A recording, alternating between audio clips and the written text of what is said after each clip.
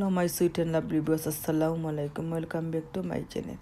আশা করি যে যেখানে আছেন ভালো আছেন। আলহামদুলিল্লাহ আমি আল্লাহর রহমতে আপনাদের সবার দোয়ায় বেশ ভালো আছি।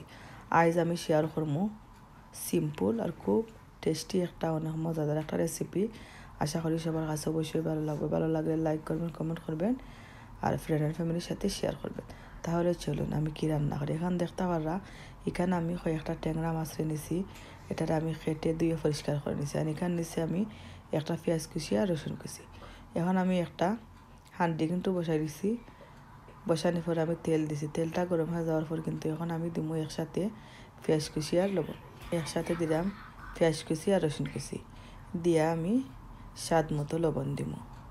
আজ আমি যে রান্নাটা করি সবাই কিন্তু রান্না করতে পারেন, কিন্তু এটা একদম সহজভাবে আমরা কীভাবে রান্না করে এত মজার একটা রান্না খেতে পারি সেটা এখন শেয়ার করলাম। এখন দেখতে পারা আমি আমার স্বাদ মতো লবণ দিব। লবণ দিলে পেঁয়াজটা কিন্তু তাড়াতাড়ি নরম হয়ে যায়। এখন দেখতে পারা কিন্তু আমার পেঁয়াজটা কিন্তু ব্রাউন কালার হয়ে গেছে। তাই এখন আমি দিলাম 1 চামচ মরিচের গুঁড়া, 1 চামচ হলদের গুঁড়া আর 1/2 চামচ ধনিয়া গুঁড়া দিয়ে আমি 3-4 মিনিট মশলাটাকে ভালোভাবে কষিয়ে নেব। পরে আমি আরও কষানোর জন্য পানি দেবো। 3-4 মিনিট এভাবে ভালোভাবে কষিয়ে নেব। পরে আমি পানি দেব। এখন দেখতে পারা কিন্তু আমার কষানো হয়ে গেছে, তাই আমি পানি দিয়েছি। পানি দিয়ে আমি এটাকে প্রায় 15-20 মিনিট এভাবে রান্না করব।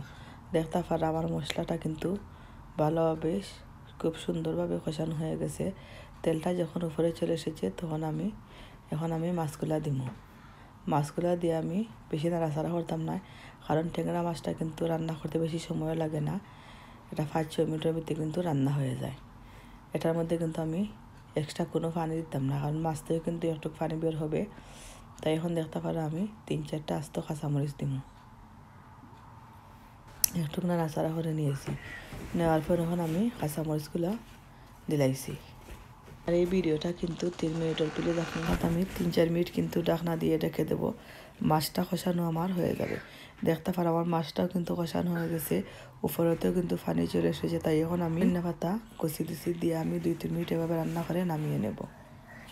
আসলে এভাবে রান্না করে খেলে কিন্তু অনেক মজা লাগে। আপনারা সবাই কিন্তু এভাবে রান্না করে খাবেন। দেখতে পারো আমার রান্নাটা কিন্তু হয়ে গেছে। আপনাদের কাছে কেমন লাগছে অবশ্যই আমাকে কমেন্ট করে জানাবেন। সবাই ভালো থাকুন, সুস্থ থাকুন। আজকের মতো এখানে বিদায় নিচ্ছি। আল্লাহ হাফিজ, আসসালামু আলাইকুম।